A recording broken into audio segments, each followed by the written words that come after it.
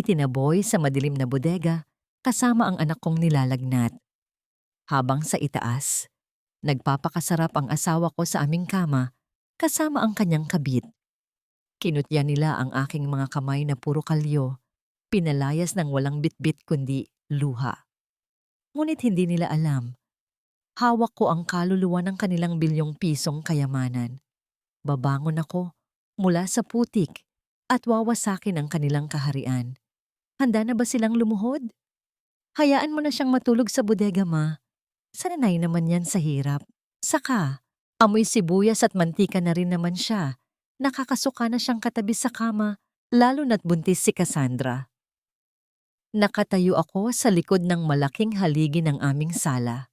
Sa aking panginginig na mga kamay, ay mahigpit kong hawak ang isang mamahaling porselanang mangkok na naglalaman ng paborito niyang kaldereta, yung niluto ko ng 3 oras, matiyagang naghalo sa tapat ng mainit na kalan habang nag-aalaga ng anak naming nilalagnat, para lang may pagsaluhan kami ngayong gabi sa ika-5 kaarawan ni Maya. Hindi ko nabitawan ang mangkok, bagkus ibinaon ko ang aking mga daliri sa mainit na gilid nito hanggang sa maramdaman ko ang hapdi ng napapasong balat. Ngunit wala nang masasakit pa sa tila pagdurog ng sarili kong puso sa loob ng aking dibdib. Ang aking lalamunan ay tila binarahan ng yelo. Hindi ako makalunok, hindi ako makahinga. Tiningnan ko ang aking mga kamay na nakakapit sa porselana, mga kamay na nagkalyo dahil sa walang tigil na pagtitimpla ng mga kemikal sa likod bahay para buuin ang formula ng negosyo na nagpayaman sa kanya. Mga kamay na naglaban ng kanyang mga isusuot sa board meeting dahil ayaw niyang ipahawak sa mga bayarang tulong. Sa paningin pala ng lalaking minahal ko, isa na lamang akong basahan na dapat itapon. Ganito na lang ba ang halaga ng 7 taon ng pag-aalay ko ng sariling buhay? Pagkatapos kong maging hagdan para maabot niya ang langit, ihuhulog niya ba ako sa kumukulong putik ng walang pag-aalinlangan? Dahan-dahan akong humakbang palabas mula sa aking pinagtataguan. Humarap ako sa kanila. Nakita ko silang 3 na nakatayo sa gitna ng malawak at makintab na sala. Si Marco, ang lalaking ipinaglaban ko sa buong mundo, ay nakapulupot ang braso sa baywang ng isang babaeng balot sa diamante at umaalingasaw sa mamahaling pabango, isang halimuyak na ako mismo ang nagtimpla ng orihinal na amoy. Si Cassandra, nakataas ang makapal at perpektong hugis ng kanyang kilay habang nakatingin sa akin ng buong pagmamalaki. Lumapit si Doña Carmen, ang biyenan kong pinagsilbihan ko ng higit pa sa tunay kong ina. Ang babaeng binayaran ko ang lahat ng utang na loob noong kinupkop niya ako. Tiningnan niya ako mula ulo hanggang paa, ang mga mata niya ay puno ng pandidiri na tila nakakita ng isang nakakadiring insekto sa kanyang malinis na sahig. Look at you, Amaryllis. Malamig at matalim na wika ni Doña Carmen. Mukha kang labandera. How can my son present you to the high society? Mabuti pa ngang lumipat na kayo ng anak mo sa likod. Cassandra needs the master bedroom. She's carrying the true heir of this family. Umalis na kayo sa paningin ko bago pa sumama ang pakiramdam ng magiging apo ko. Tiningnan ko si Marco. Naghahanap ng kahit isang patak ng awa, kahit isang kislap ng lumang pag-ibig o pag-aalala para sa sarili niyang anak na kasalukuyang nag-aapoy sa lagnat sa itaas. Ngunit blanko ang kanyang mga mata. Inilipat niya ang kanyang paningin sa ibang direksyon at inutusan ang mga katulong na palitan ang lahat ng punda at kumot sa aming kama, ang kama namin, para sa bago niyang reyna. Walang luhang tumulo sa aking mga mata. Ang sobrang sakit ay nag-iiwan ng ganap na pamamanhid. Iniwan ko ang mangkok ng kaldereta sa ibabaw ng mesa at tahimik na umakyat sa maliit na silid. Binalikan ko si Maya. Mataas pa rin ang kanyang lagnat, humihinga ng malalim. Ang kanyang maliliit na pisngi ay namumula dahil sa init ng katawan. Binuhat ko ang aking anak kasabay ng paghila ng isang lumang maleta na naglalaman ng iilang piraso ng aming mga damit. Nang dumaan kami pababa ng hagdan at palabas ng mansyon, ni hindi man lang tinapunan ng tingin ni Marco ang sarili niyang dugot laman. Ang pagbukas ng pinto ng bodega sa likod bahay ay sumalubong sa akin ng nakasusulasok na amoy ng nabulok na kahoy at matapang na amag. Napakadilim, napakalamig. May narinig akong mabilis na pagtakbo ng mga daga sa madilim na sulok. Ibinaba ko si Maya sa isang lumang kutsyon na manipis pa sa kumot at amoy alikabok. Sa labas, nagsimulang bumuhos ang malakas na ulan. Ang bawat pagtama ng tubig sa butas-butas na yero ng bubong ay naglilikha ng ingay na parang mga karayom na tumutusok sa aking utak. Tumingala ako at nakitang tumutulo ang malamig na tubig ulan nang direkta sa direksyon ng mukha ng aking anak. Agad akong yumuko, ginamit ang sarili kong likod at mga balikat upang saluhin ang ulan. Hinahayaan ang aking damit na mabasa at dumikit sa aking balat. Niyakap ko ng mahigpit ang aking nanginginig na anak. Pilit ibinibigay ang natitirang init ng aking katawan. Sa labas, mula sa malalaking bintana ng mansyon na nagliliwanag sa gabi, naririnig ko ang mahinang musika, ang pagtawa nila, at ang masayang pagdikit ng mga babasaging baso ng alak. Nagdiriwang sila sa ibabaw ng aking mga guho. Dito sa dilim, tahimik akong humikbi nang walang inilalabas na tinig. Kinakagat ang sariling labi hanggang sa malalasahan ko ang pait ng sariling dugo. Ngunit sa kabila ng panlalamig, may isang bagay na nagbibigay ng init sa aking dibdib. Sa ilalim ng aking basang damit, mahigpit kong hawak ang isang luma at kupas na kwaderno na kinuha ko mula sa pinakailalim ng aming cabinet bago ako pinalayas. Ito ang tanging bagay na hindi nila nakita at ang tanging bagay na magiging susi ng kanilang pagbagsak. Bumukas ng bahagya ang pinto ng bodega. Pumasok ang kaunting dilaw na liwanag mula sa labas at kasunod nito ay ang mahabang anino ng isang babae. Si Cassandra. Nakatayo siya sa hamba ng pinto, suot ang paboritong silk robe ni Marco. Sa kanyang paghakbang papasok, walang awa niyang tinapakan ang maliit na piraso ng cake na nahulog mula sa aking bag kanina. Ang murang cake na pinaghirapan kong bayaran mula sa natirang barya sa aking pitaka para sa kaarawan ni Maya. Tumingin siya sa akin pababa. Ang mga mata ay nanlilibak. Sa isang napakahinang tinig na tila ahas na sumasadsad sa tuyong dahon, siya ay bumulong. Masanay na kayong matulog sa putik, Amaryllis. Dahil bukas, sisiguraduhin kong lalayas kayo sa pamamahay na ito nang walang kahit isang kusing. Isinara niya ang pinto nang walang pagdadalawang isip. Ibinalik kami sa ganap na kadiliman. Ang tanging naiwan ay ang matinding lamig ng hanging pumapasok mula sa mga awang ng dingding. Ang lamig ng hangin na nagmula sa mga siwang ng bodega ay unti-unting napalitan ng maputlang liwanag ng umaga. Nang hina ang gabi, at kasabay nito ay ang pagkawala ng init ng lagnat ng aking anak. Sinalat ko ang noo ni Maya. Malamig na ang kanyang balat at ang kanyang paghinga ay bumalik na sa tahimik at payapang ritmo. Isang malalim na buntong hininga ang kumawala sa aking mga labi. Ligtas ang anak ko. Tiningnan ko ang paligid ng madilim na silid na ito. Ang basang lupa, ang mga nabulok na kahoy, at ang amoy ng lumang alikabok na pilit isinisiksik sa aking baga. Pagkatapos, kinapa ko ang sarili kong dibdib. Kagabi, pakiramdam ko ay dinudurog ang puso ko sa pinong piraso. Ngunit ngayong umaga, isang nakakabinging katahimikan ang pumalit sa sakit. Ang aking puso ay naging kasing tigas at kasing lamig ng semento sa ilalim ng aming manipis na kutsyon. Wala nang luhang nagbabadyang tumulo, natuyo na ang balon ng aking pagkaawa sa sarili at kasama nitong naglaho ang anumang hibla ng pagmamahal na natitira para sa lalaking nasa loob ng mansyon. Bumukas ng marahas ang mabigat na pinto ng bodega na nagpakawala ng alikabok sa hangin. Nakatayo roon si Marco. Suot ang isang mamahaling itim Nasut na ako mismo ang nagplan sa 2 araw na ang nakalipas upang matiyak na walang kahit isang gusot. Ang kintab ng kanyang sapatos ay isang masakit na kabaligtaran sa putik na nakapaligid sa aming mag-ina. Walang pasabi. Ibinato niya sa aking paanan ang isang makapal na brown envelope.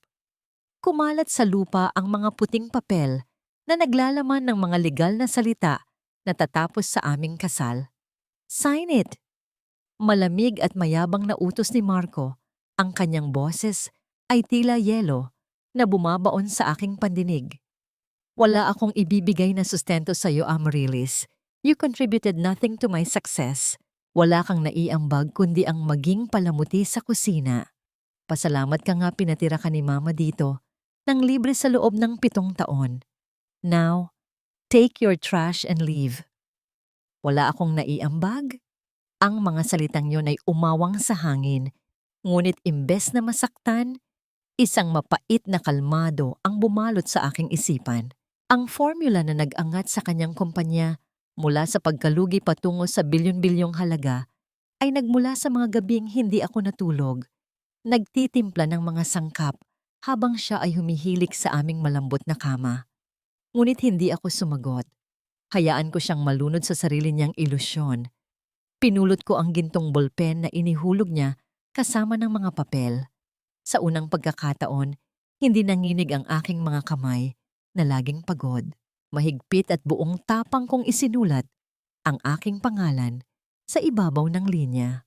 Amaryllis. Inalis ko ang apelyido niya na tila isang maruming damit na matagal ko nang gustong hubarin. Nang iabot ko pabalik ang mga dokumento, nakita ko ang bahagyang paggalaw ng kanyang kilay at ang mabilis na pagdaan ng pagkalito sa kanyang mga mata. Inasahan niyang iiyak ako, luluhod sa putik, at magmamakaawa na huwag kaming palayasin. Ngunit tiningnan ko lamang siya. Nang diretso, taglay ang mga matang kasing blangko ng isang inabandonang bahay. Binuhat ko ang natutulog pang si Maya at isinukbit ang aking manipis na bag na naglalaman ng lumang kwaderno. Nang maglakad kami palabas patungo sa likod bahay ng mansyon, nakapamaywang na naghihintay si Doña Carmen sa balkonahe. Ang kanyang mga mata ay matalas na nakatutok sa aking leeg. Akin na yan! Utos ng matanda. Itinuturo ang simpleng gintong kwintas na suot ko. That was my gift when you married my son. Hindi ka na parte ng pamilyang ito, kaya ibalik mo ang lahat ng galing sa amin. Wala kang dadalhin na kahit anong pagmamay-ari ko. Ang tanikala ng utang na loob. Sa loob ng 7 taon, ginamit niya ang kwintas na yan at ang kanyang pagpapatira sa akin noong ako ay isang mahirap na estudyante upang gawin akong alipin ng kanilang pamilya. Walang pag-aalinlangan, inabot ko ang likuran ng aking leeg, kinalag ang kawit, at inilagay ang malamig na bakal sa kanyang nakabukas at manicured na palad. Ang paglapat ng kwintas sa kanyang kamay ay tila pagkaputol ng huling kadena na nagkukulong sa akin. Malaya na ako. Naglakad kami papalayo.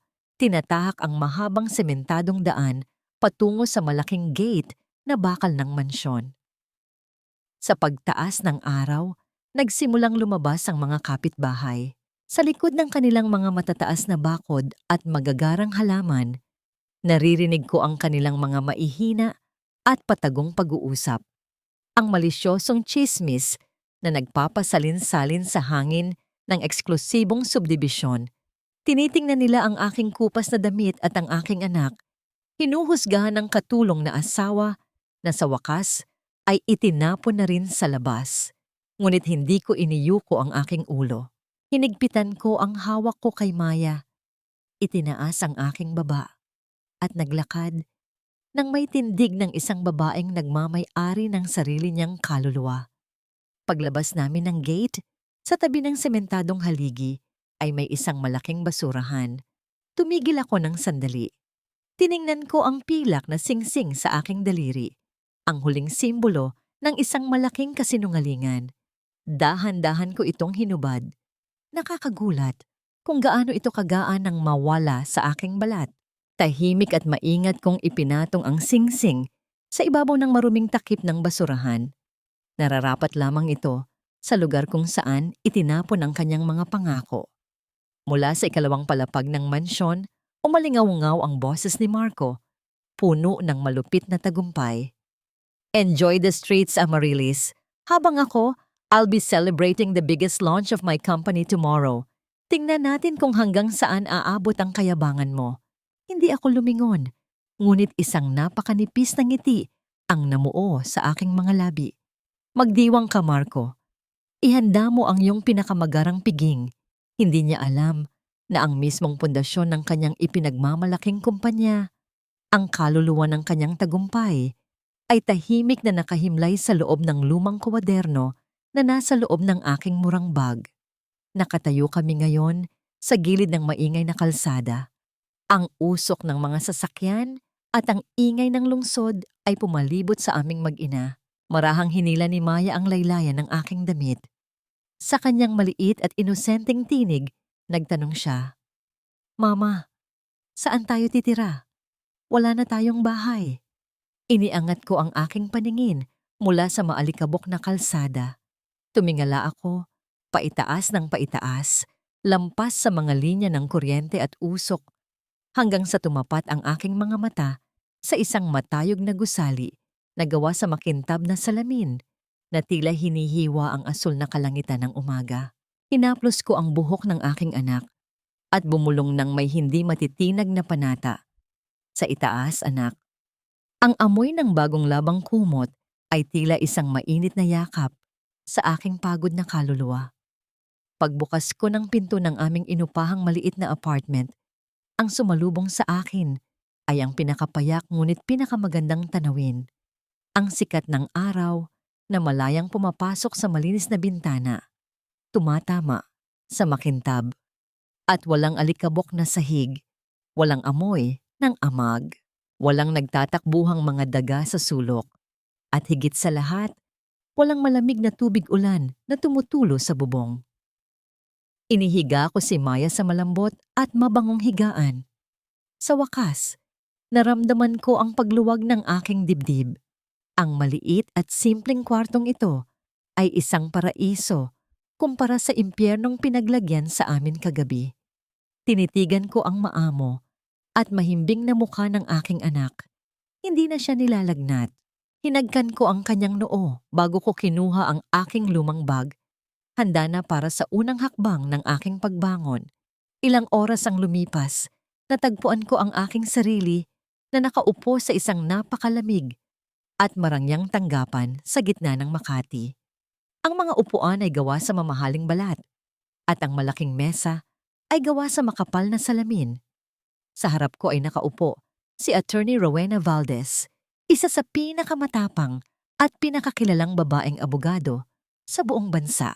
Tiningnan niya ang aking kupas na blusa at ang mga kalyo sa aking mga kamay, ngunit wala akong nakitang panghuhusga sa kanyang mga mata, kundi isang malalim at propesyonal na pag-unawa. Dahan-dahan kong binuksan ang aking bag. Inilabas ko ang luma at kupas na brown na kwaderno kasama ang ilang matitigas na papel na may opisyal na selyo ng gobyerno. Ipinatong ko ang mga ito sa ibabaw ng kanyang makintab na mesa. Binuklat ni Attorney Valdez ang mga pahina. Ang kanyang kalmadong mukha ay dahan-dahang napalitan ng matinding gulat.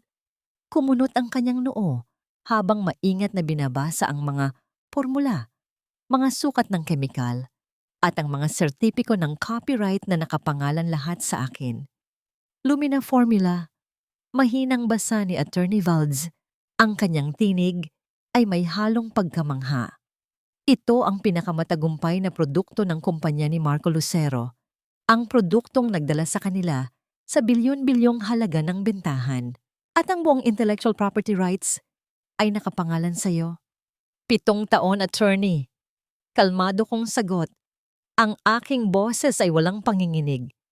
7 taon kong itinago ang katotohanan iyan habang naghuhugas ako ng kanilang mga pinggan at nagkukuskos ng kanilang mga sahig.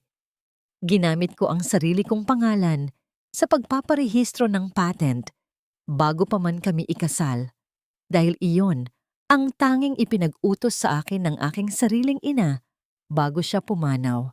Ang protektahan ang aking talino. Inakala ni Marco na dahil asawa ko siya, pag-aari niya ang lahat ng sa akin nang walang anumang legal na kasunduan. Ngayon, gusto kong bawiin ang kaluluwa ng kumpanyang iyon. Gusto kong ipatigil ang anumang paggamit, paggawa, at pagbebenta ng formula ko. Tumango si Attorney Valdez. Isang matalim na ngiti ang namuo sa kanyang mga labi. Agad niyang tinawag ang kanyang sekretarya at mabilis na ipinahanda ang isang cease and desist order. Nang ilatag sa harap ko ang pinal na dokumento, iniabot niya sa akin ang isang mabigat at itim na ballpen. Nang abutin ko ang ballpen, naramdaman ko ang matinding panginginig ng aking mga kamay.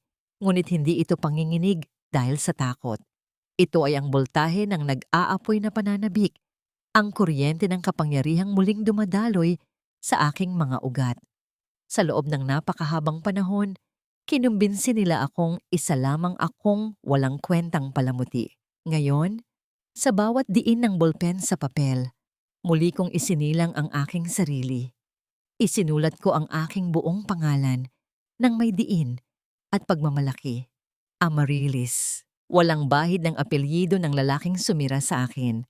Kinagabihan, naglakad kami ni Maya pauwi bitbit ang isang maliit na plastik ng mainit na sopas mula sa kalapit na karinderya. Umupo kami sa sahig ng aming maliit na apartment. Niyakap ng mainit na sabaw ang aking sikmura at ang bawat higop ay tila pinakamasarap na putahe sa buong mundo.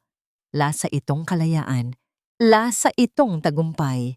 Nakangiti si Maya habang kumakain. Ang kanyang mga inosenteng mata ay puno ng kagalakan dahil sa wakas, tahimik kaming dalawa. Walang sumisigaw at walang nanlalait. Habang pinapanood ko siyang kumain, umihaw ang screen ng aking murang telepono na nakapatong sa mesa. Kasabay ng tuloy-tuloy na panginginig nito. Isang hindi pamilyar na numero ang pilit na tumatawag. Tinitigan ko lamang ang umiilaw na screen, piniling huwag sagutin ang nagbabadyang misteryo sa kabilang linya. Wala akong oras sa mga taong hindi ko kilala. Sa halip, itinuon ko ang aking paningin sa maliit at lumang telebisyon na binili ko mula sa isang bilihan ng mga segundamano. Sa screen ay mapapanood ang malaking pagdiriwang mula sa isang marangyang hotel. Nakatayo si Marco sa gitna ng entablado, nakasuot ng kumikinang na suit, nakataas ang isang baso ng champagne. Ang kanyang mukha ay puno ng kayabangan habang ipinagmamalaki sa mga mamamahayag ang pinakamalaking pagpapalawak ng produksyon ng Lumina Formula bukas ng umaga. Nakapulupot sa kanyang braso si Cassandra nang ngumingiti ng pagkatamis-tamis sa mga kamera. Eksakto sa sandaling inilapit ni Marco ang baso sa kanyang mga labi upang uminom sa kanyang huwad na tagumpay, muli kong naalala ang huling sinabi ni Attorney Valdez bago ako umalis sa kanyang opisina. Sariwa pa sa aking isipan ang imahe ng daliri ng abogado na madiing pumindot sa kanyang computer upang ipadala ang opisyal na utos ng korte patungo sa lahat ng departamento, pabrika, at mamumuhunan ng kumpanya ni Marco. Ang abiso ng pagkasira ng kanyang kaharian ay naglalakbay na sa hangin, naghihintay na lamang na sumabog sa kanyang mukha. Ang malawak at malamig na opisina ni Marco sa tuktok ng kanyang gusali ay napuno ng matinding tensyon. Kakatapos lamang ng kanyang marangyang selebrasyon kagabi, ngunit ngayong umaga, isang namumutlang tagapamahala ng pabrika ang nakatayo sa kanyang harapan. Pilit na ipinapaliwanag ng lalaki na bigla ang itinigil ng mga awtoridad ang buong linya ng produksyon ng Lumina Formula dahil sa isang formal at opisyal na kautusan mula sa korte. Sa halip na mag-alala, isang mapangutyang halakhak ang pinakawalan ni Marco. Ibinagsak niya ang kanyang kamao sa makintab na mesa bilang pagpapakita ng kanyang puot at kayabangan. Sa kanyang paningin, isa lamang itong maliit at walang kwentang abala. Are you stupid? Bilyon-bilyon ang kinikita ng kumpanyang ito at ipapatigil lang dahil sa isang pirasong papel? Ayusin niyo ang gusot na yan bago ko kayo sisantihin ng lahat. Baka nagkamali lang ang system ng mga bobong abogado na yan. Bulag sa kanyang sariling ilusyon, inakala niyang siya ay isang Diyos na hindi kailanman maaaring pabagsakin ng sinuman, na ang mundong ginagalawan niya ay mananatiling nakayuko sa kanyang mga paa. Sa kabilang dako ng lungsod, sa loob ng isang napakamahal na butik na amoy ng tunay na katad at mamahaling pabango, nakatayo si Cassandra. Hawak niya ang isang limitadong edisyon ng bag na matagal na niyang pinapangarap na ipagmalaki sa kanyang mga matapobretang kaibigan. Ngunit nang iabot niya ang makintab at itim na credit card ni Marco sa kahera, isang magalang ngunit nakahihiyang pagtanggi ang isinukli sa kanya. Tumanggi ang makina na tanggapin ang pagbabayad dahil biglaang na-freeze ang mga account ng kumpanya, bunsod ng patong-patong na legal na reklamo. Namula ang mukha ni Cassandra sa matinding kahihiyan habang pasimpleng nagbubulungan ang mga nakapasuyang matang nakatingin sa kanya mula sa kabilang estante. Padabog siyang lumabas ng tindahan, halos matapilok sa kanyang matataas na takong. Ngunit sa halip na tawagan si Marco upang magalit at magreklamo tungkol sa nangyari, lumayo siya sa karamihan, nagtago sa likod ng isang malaking haligi at pasikretong nag-dial ng ibang numero. Nang may sumagot sa kabilang linya, ang kanyang matalim na boses ay naging malambing, puno ng kasabikan at mapanlinlang. Kailangan ko ng pera ngayon din. Oo, malapit ko nang makuha ang lahat ng gusto ko sa lalaking yon. Maghintay ka lang dyan. Isang lihim na pag-uusap na hindi kailanman aakalain ng asawa kong nagbigay sa kanya ng lahat.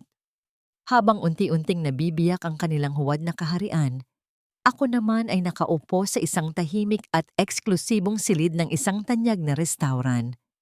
Ang hangin ay amoy ng nilutong truffle at sariwang kape na nagmumula sa mga porselanang tasa. Sa aking harapan ay nakaupo ang tatlong pinakamalalaking mamumuhunan na walang awang niloko. Ginamit at tinapakan ni Marco noon upang umangat.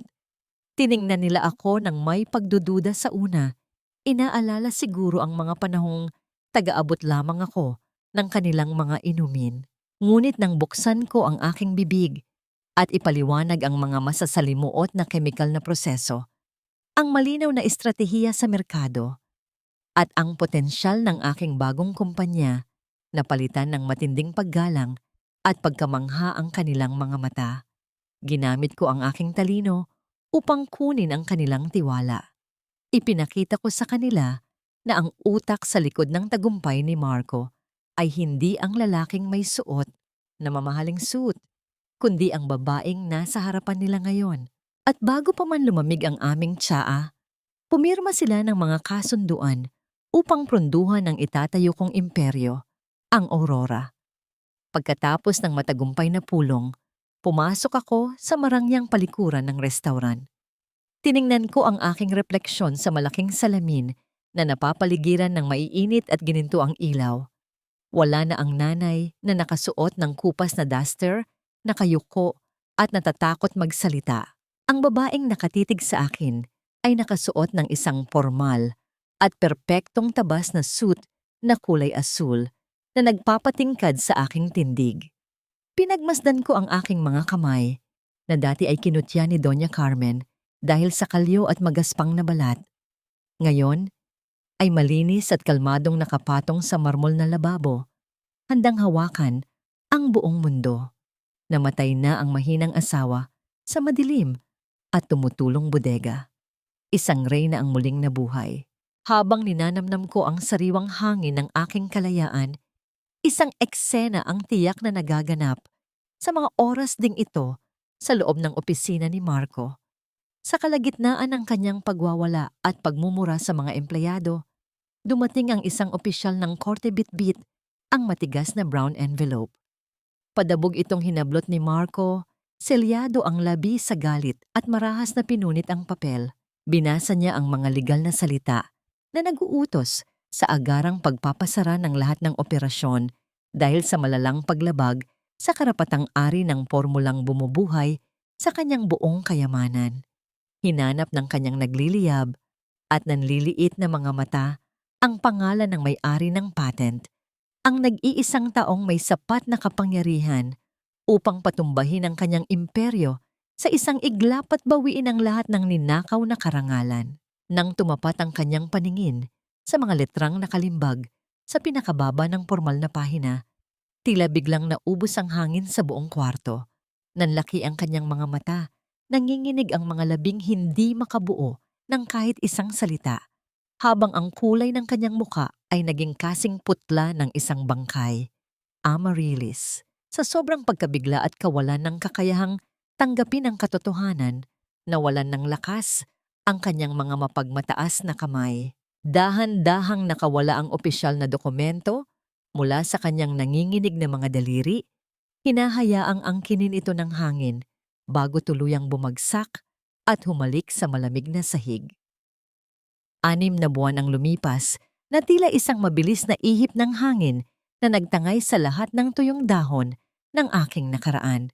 Sa halip na amoy ng nabulok na kahoy at malansang putik, ang gumigising sa akin ngayon ay ang halimuyak ng mamahaling kape at ang sariwang simoy ng hangin mula sa balkonahe ng aming penthouse. Ang kumpanya kong Aurora ay sumibol at namulaklak sa buong bansa ng may pambihirang bilis. Ang aking bagong formula na mas pinabuti at mas epektibo kaysa sa ninakaw noon ni Marco ay naging inaasam-asam na produkto ng bawat kababaihan. Sa mga naglalakihang billboard sa kahabaan ng lungsod, ang pangalan ng Aurora ay nagniningning na parang isang matapang na bituin na pumunit sa madilim na kalangitan. Habang umaakyat ako sa rurok ng tagumpay nang walang tinatapakang ibang tao, ang kaharian ni Marco ay unti-unting nilamon ng apoy na siya mismo ang nagsindi. Nang tuluyang ipagbawal ng korte ang paggamit ng aking orihinal na formula, sinubukan ng kanyang mga desperadong kemiko na dayain ang mga sangkap gamit ang murang pamalit upang makatipid. Ang resulta ay isang malagim na sakuna.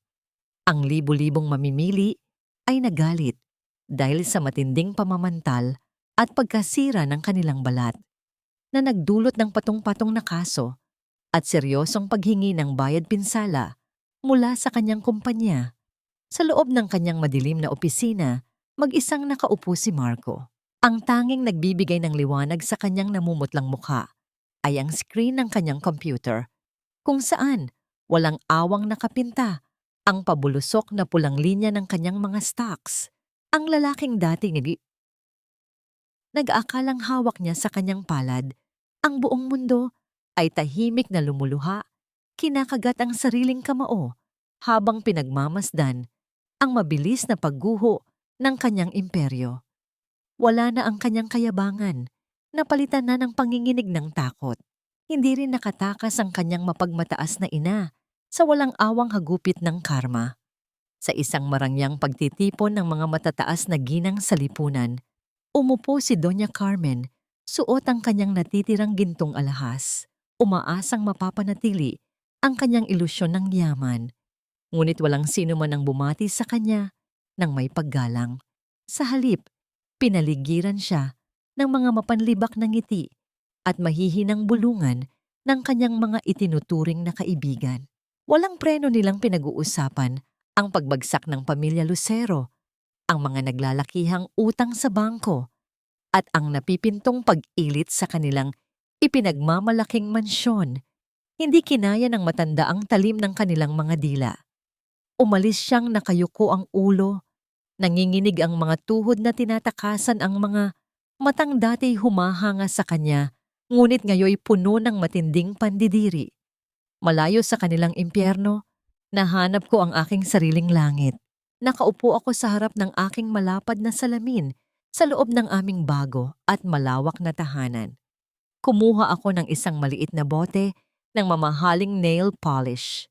Dahan-dahan at maingat kong pininturahan ng matingkad na kulay pula ang aking mga kuko. Tinitigan ko ang aking mga daliri pagkatapos. Ang mga kalyo at magaspang na balat na dati pinagtawanan at kinutya ni na Marco at Cassandra bilang tanda ng aking pagiging mababa ay tuluyan ng natakpan ng kulay ng kapangyarihan at pagmamalaki. Wala nang bakas ng kaawa-awang asawa na iniwan sa bodega. Lumapit si Maya, ang anghel kong anak, at mahigpit akong niyakap mula sa likuran. Ang kanyang malambot na buhok ay amoy ng matamis na strawberry at ang kanyang tawa ay mas maliwanag pa sa anumang diamante. Dito sa loob ng aming ligtas at mabangong palasyo, wala kaming ibang nararamdaman kundi dalisay na kapayapaan. Sa gitna ng aking tagumpay, isang formal na mensahe ang ipinadala ng aking sekretarya patungo sa opisina ni Marco. Isa itong imbitasyon at alok mula sa hindi nagpapakilalang CEO ng Aurora na bilhin ang palubog niyang kumpanya sa isang napakababa at nakaiinsultong halaga. Sa kanyang makitid na pag-iisip, inakala ni Marco na ibinenta ko lamang ang aking patent sa isang malaking banyagang korporasyon upang magkapera. Hindi niya kailanman naisip na ang babaeng itinapon niya sa putikan ang siya mismong nagmamay-ari at nagpapatakbo ng buong kumpanyang yon. Walang ibang malapitan, baon sa utang at nanganganib na mawalan ng tirahan anumang oras na pagpasyahan ni Marco at Doña Carmen na lunukin ang huling hibla ng kanilang dangal. Tatalikuran nila ang lahat ng kanilang kayabangan upang lumuhod at magmakaawa bukas ng umaga. Umaasang ang mahiwagang CEO ng Aurora ang magiging huling tagapagligtas ng kanilang buhay. Wala silang kamalay-malay sa kung anong klaseng hukom ang naghihintay sa likod ng pagbukas ng malaking pinto ng opisina. Pinaghihintay ko sila ng buong 2 oras. Sa loob ng panahong yon, tahimik akong nakaupo sa aking opisina habang pinapanood ko sa screen ng aking monitor kung paano unti-unting lamunin ng kaba ang mag-ina sa ibaba. Ang malamig na hangin mula sa air conditioning ng grand lobby ng Aurora ay tila mga yelong karayom na tumutusok sa kanilang pilit at natitirang kayabangan. Napapaligiran sila ng nagkikinangang marmol na sahig at amoy ng mamahaling kape na hinding-hindi na nila kayang bayaran. Pinagpapawisan si Marco sa kabila ng matinding lamig. Panay ang punas ng nanginginig niyang kamay sa kanyang noo, habang si Doña Carmen ay balisa, namumutla, at hindi mapakali sa kanyang kinauupuan. Ang kanilang mga anyo ay napakaliit, napakakaawa-awa, kumpara sa matatayog na haligi ng imperyong ako mismo ang nagtayo. Ang pagbukas ng mabigat na pinto ng aking opisina ay naghudyat ng kanilang pagpasok. Nakatalikod ang aking mataas at malambot na upuang gawa sa katad. Nakaharap ako sa malawak na bintanang nagpapakita ng kabuuan ng lungsod ng Makati. Naririnig ko ang mabibigat at nag-aalangang mga yabag ng kanilang sapatos sa aking carpet. "Good morning, Madam CEO," boses ni Marco, basag, nanginginig, at puno ng desperasyon. "I know our company is facing a crisis right now, but the infrastructure is still there. We are willing to sell all our shares to Aurora for a fraction of the price. Please, kailangan lang po namin ng pondo para ma-save ang bahay namin at ang nanay ko." Dahan-dahan, walang pagmamadali. Inikot ko ang aking upuan paharap sa kanila. Parang biglang hinigop ang lahat ng hangin sa loob ng buong kwarto. Nanigas si Marco sa kanyang kinatatayuan, tila naging isang estatwang bato. Ang kanyang mga mata ay nanlaki ng husto, halos lumabas sa kinalalagyan, na tila nakakita ng isang multong bumangon mula sa sementeryo upang maningil ng utang. Si Doña Carmen ay napahawak ng mahigpit sa kanyang dibdib, dahan-dahang napanganga habang ang natitirang kulay sa kanyang muka ay tuluyang naglaho. Hindi sila makahinga, hindi sila makapagsalita. Ang matinding pagkabigla ay nag-iwan sa kanila sa isang ganap at nakabibinging katahimikan. Kalmado kong inabot ang porselanang tasa sa aking makintab na mesa. Humigop ako ng mainit na tsaa na may halong pulot at lemon. Ang init nitong dumaloy sa aking lalamunan ay isang napakasarap na kabaligtaran sa malamig na yelo ng takot na ngayon ay bumabalot sa kanilang mga ugat. Naalala ko ang mga panahong ako ang nanginginig na nag-aabot ng kape sa kanila. Natatakot na baka sigawan at kutsain ako kapag hindi tama ang timpla o kapag nadikitan ng langis ang gilid ng platito. Ngayon, ako ang reyna at sila ang mga pulubing nakatayo sa aking harapan. Amy? Nautal na bulong ni Marco. Tuluyan nang nawasak ang pader ng kanyang ilusyon.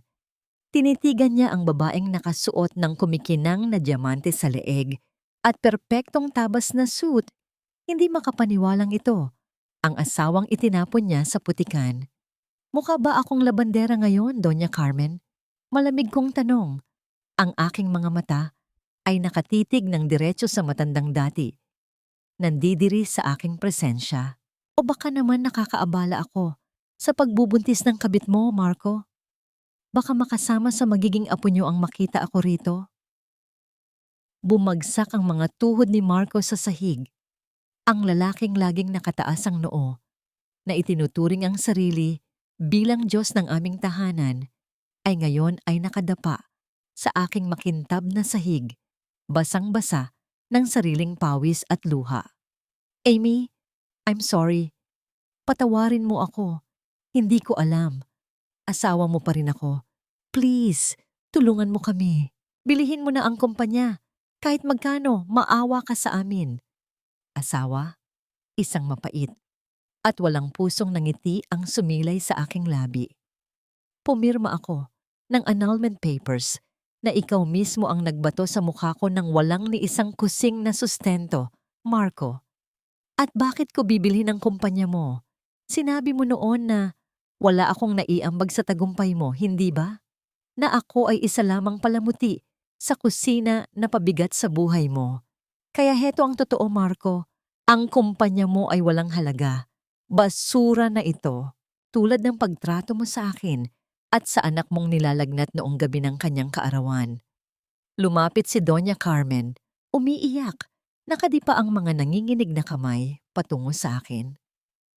Ang kanyang pilit na pagiging matapobre ay tuluyan ng natunaw. Amy, parang awa mo na. Utang na loob, pinatira kita sa amin noon. Pamilya tayo. Huwag mo kaming hayaang mamatay sa gutom sa kalsada. Utang na loob? Tumayo ako mula sa aking upuan. Ang aking boses ay naging kasing talim ng pinatalas na espada na humihiwa sa kanilang natitirang dangal. Binayaran ko na ang utang na loob na yan ng 7 taong pagiging alipin ninyo. Ang pamilya ay hindi nagtatapon ng kapamilya sa mabaho, madilim, at tumutulong bodega habang umuulan. Wala kayong awa sa anak ko noon, kaya huwag kayong humingi ng awa sa akin ngayon. Tiningnan ko sila ng may purong pandidiri bago ko pinindot ang intercom sa aking mesa. Security, palabasin niyo ang mga taong ito sa opisina ko. Sinisira nila ang malinis na hangin. Sa isang iglap, pumasok ang mga naglalakihang gwardiya at walang awang hinawakan ang mag-ina sa braso. Kinaladkad sila palabas ng silid. Rinig na rinig ko ang malakas na paghagulgol ni Marco na tinatawag ang aking pangalan at ang naghihingalong pagmamakaawa ni Doña Carmen habang hinihila sila papalayo patungo sa elevator. Ang kanilang mga boses ay tuluyang naglaho nang sumara ang makapal na pinto. Nang muling bumalot ang marangyang katahimikan sa aking opisina, ibinaling ko ang aking paningin sa isang nakasarang envelope mula kay Attorney Valdez na nakapatong sa aking mesa. Nilalaman nito ang mga patagong galaw ng pera sa bangko na matagal nang ginagawa ni Cassandra. Ano kaya ang susunod na hakbang ng ahas na yon ngayon na nalaman niyang wala nang makukuhang kahit anong yaman sa lalaking inagaw niya? Ngunit bago ko pa mabuksan ang lihim na nagkukubli sa envelope, isang malaking komosyon ang naganap sa ibaba ng gusali na nakatawag ng pansin ng lahat. Sa sobrang kahihiyan, sa matinding bigat ng stress, at sa kabuuang pagguho ng kanyang mundong puno ng ilusyon, hindi kinaya ng matandang puso ni Doña Carmen ang mga nangyari. Paglabas nila ng glass doors ng lobby, bumagsak siya sa mainit na semento, nangisay ang buong katawan, at tuluyan ng nawalan ng malay sa harap ng maraming nagdadaan. Ang nakabibinging iyak ng sirena ng ambulansya na mabilis na papalapit sa lugar ay malinaw na pumasok sa malalaking bintana ng aking opisina. Umaalingaw-ngaw sa himpapawid na tila isang pinal na awit para sa kanilang tuluyang pagbagsak. Sa loob ng ospital, ang amoy ng matapang na antiseptiko at malinis na sahig ay tila sumasakal sa bawat hininga ni Marco. Nakaupo siya sa isang matigas na silya sa labas ng emergency room. Ang kanyang mga kamay ay nakabaon sa kanyang magulong buhok. Ang tunog ng mga gulong ng stretcher na mabilis na itinutulak sa pasilyo at ang mahinang pag-ugong ng mga makina sa loob ay nagpapaalala sa kanya kung gaano kabilis gumuho ang kanyang mundo. Lumabas ang doktor, ang mukha ay seryoso at walang bakas ng emosyon. Kailangan ng iyong ina ng agarang operasyon sa puso, Mr. Lucero. Ngunit kailangan niyo munang magbayad ng malaking deposito sa cashier bago namin maituloy ang proseso. Milyon ang kakailanganin para sa kanyang paggaling. Napatulala si Marco. Ang kanyang mga bulsa ay walang laman, kundi ang mga resibo ng utang at ang kanyang sariling nanginginig na mga daliri. Sinubukan niyang tawagan ang kanyang bangko, ngunit ang tanging sumagot sa kanya ay ang mekanikal na boses na nagsasabing wala na siyang sapat na pondo. Sa gitna ng desperasyon, isa lamang ang pumasok sa kanyang isipan, si Cassandra at ang mga mamahaling alahas na kinuha nito sa kanya noong mga nakaraang buwan. Nagmadali si Marco pauwi sa kanilang mansyon. Umaasang ang kanyang reyna ang magliligtas sa kanya. Ngunit pagpasok niya sa malawak na sala, sinalubong siya ng nakabibinging katahimikan at kadiliman. Pinutulan na sila ng kuryente dahil sa hindi mabayarang bill. Sa gitna ng dilim, nakita niya si Cassandra na abala sa pag-iimpake ng 3 malalaking maleta. Wala na ang mga diamanteng kwintas sa leeg nito at ang kanyang mukha ay hindi na bakas ang pag-ibig kundi purong inis. Cassandra, kailangan ko ang mga alahas mo. Hingal na pakiusap ni Marco. Ang kanyang boses ay puno ng pagmamakaawa. Inaatake si Mama. Kailangan ko ng pera para sa operasyon. Please, ibenta muna natin ang mga binigay ko sa'yo. Isang mapait at nakangingilong tawa ang pinakawalan ni Cassandra. Hindi man lang siya tumigil sa pagtiklop ng kanyang mga mamahaling damit. Ibigay sa'yo, Marco, ang mga alahas na ito, ang tanging natitira sa akin pagkatapos mong maging pabigat sa buhay ko. Wala ka ng pera, wala ka ng kumpanya, at sa tingin mo ba ay mananatili ako rito sa madilim at mabahong bahay na ito? Pero Ninito, paano ang anak natin? Tanong ni Marco. Tila batang naliligaw sa gitna ng bagyo. Buntis ka, Cassandra. Isipin mo ang pamilya natin. Huminto si Cassandra. Hinarap si Marco ng may matalim na tingin na tila humihiwa sa natitirang dignidad ng lalaki. Anak? Nagpauto ka naman. Sa simpleng kasinungalingan, Marco. Hindi ako buntis. Ginamit ko lang yon para paalisin ang baduy mong asawa at makuha ang lahat ng luho ko. Ngayon, tapos na ang palabas. May nakilala na akong mas mayaman sa'yo at hindi ko sasayangin ang ganda ko sa isang talunang tulad mo. Sa bawat salitang lumalabas sa bibig ni Cassandra, naramdaman ni Marco ang tila pagbaon ng libu-libong kutsilyo sa kanyang dibdib. Ito ang sakit na ipinalasap niya kay Amy. Ito ang pagtataksil na ginawa niya sa tanging babaeng nagmahal sa kanya ng tapat. Pinanood niyang lumakad palabas si Cassandra. Bit-bit ang lahat ng kanyang yaman, habang ang tunog ng pagsasara ng pinto ay tila hatol ng kamatayan para sa kanyang puso. Naiwan si Marco na mag-isa sa gitna ng madilim at bakanting mansyon. Ang tanging naririnig niya ay ang sarili niyang mabilis na paghinga at ang patak ng ulan sa labas. Wala ng kuryente, wala ng tubig, wala ng katuwang. Sa unang pagkakataon, naisip niya si Amy. Ang init ng yakap nito, ang amoy ng niluluto nitong kaldereta, at ang katapatan nitong hinding-hindi siya iiwan kahit anong hirap ng buhay. Ngunit huli na ang lahat. Ang tanging kasama niya ngayon ay ang anino ng kanyang mga maling desisyon. Habang nalulunod si Marco sa kanyang sariling impyerno, ang kabilang bahagi ng lungsod ay puno ng liwanag at kagalakan. Sa isang magandang hardin na napapaligiran ng mga mababangong bulaklak at makukulay na ilaw, masayang nagdiriwang si Maya ng kanyang ika-6 na kaarawan. Ang hangin ay puno ng tunog ng pagtawa ng mga bata at ang malambing na musika mula sa isang cello. Nakatayo si Amy sa gitna ng hardin, suot ang isang simpleng puting damit na nagpapatingkad sa kanyang natural na ganda at kapayapaan. Wala na ang bigat sa kanyang mga balikat. Napapaligiran siya ng mga totoong kaibigan, si Attorney Valdez, ang kanyang mga tapat na business partners at ang mga taong rumespeto sa kanya hindi dahil sa pera, kundi dahil sa kanyang pagkatao. Lumapit si Maya sa kanya. Bit-bit ang unang hiwa ng kanyang makulay na birthday cake. Ikaw ang aking superhero, Mama. Bulong ng bata bago hinalikan ang pisngi ni Amy. Naramdaman ni Amy ang init ng luha sa kanyang mga mata.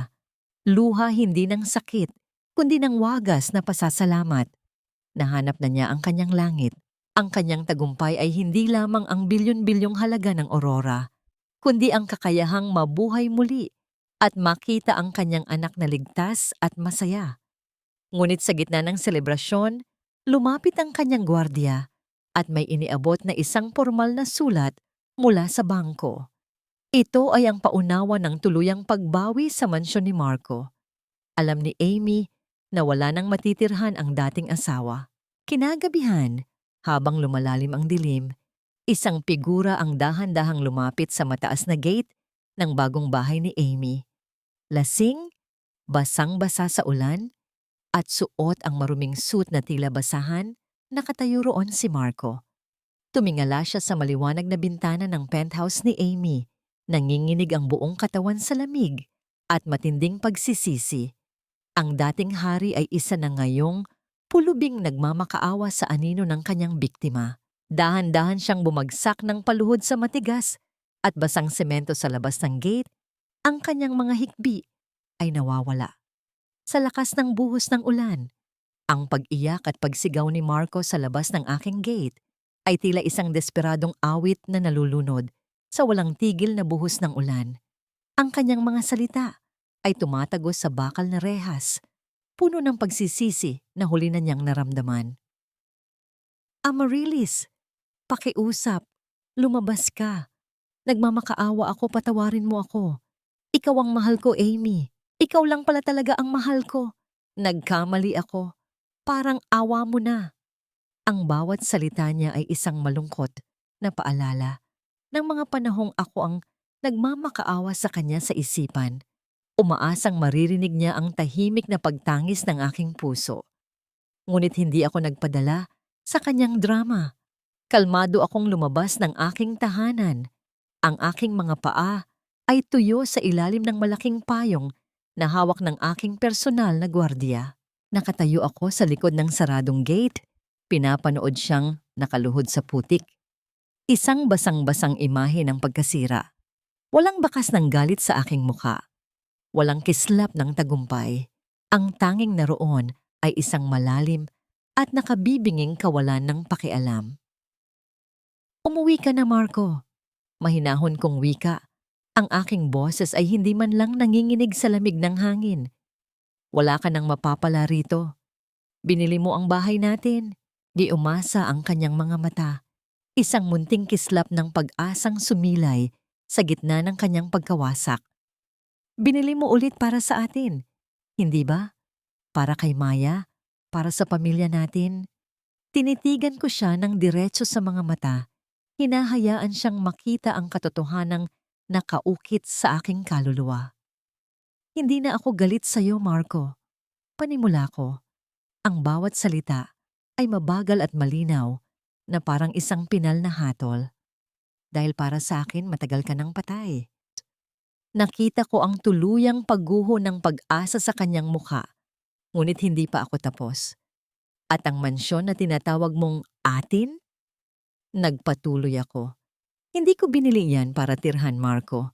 Binili ko yan para gibain ang bawat pader na pinagkulungan mo sa akin noon. Binili ko yan para gawing isang libreng kanlungan, isang santuwaryo para sa mga babaeng inabuso, sinaktan, at itinapon ng mga lalaking katulad mo. Ang bawat silid doon ay magiging tahanan ng mga bagong simula, isang lugar na kailanman ay hindi mo na muling mapapasok o madudumihan. Sa huling pagkakataon, pinagmasdan ko ang lalaking minsang naging sentro ng aking mundo.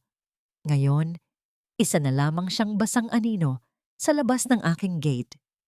Tumalikod ako nang walang pag-aalinlangan. Hindi ko na kailangang lumingon pa. Sa aking paghakbang pabalik sa init at liwanag ng aking tahanan, narinig ko ang mabigat at pinal na pagbagsak ng trangka ng bakal na gate. Isang tunog na tuluyan nang nagsara sa pinto ng aking nakaraan. Naiwan si Marco na mag-isa, nakahandusay sa malamig na putik.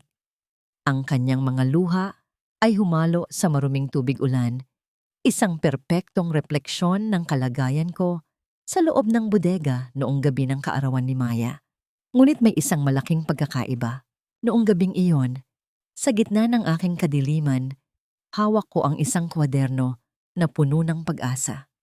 Para kay Marco, sa gabing ito, wala nang naghihintay na kahit anong bukang liwayway.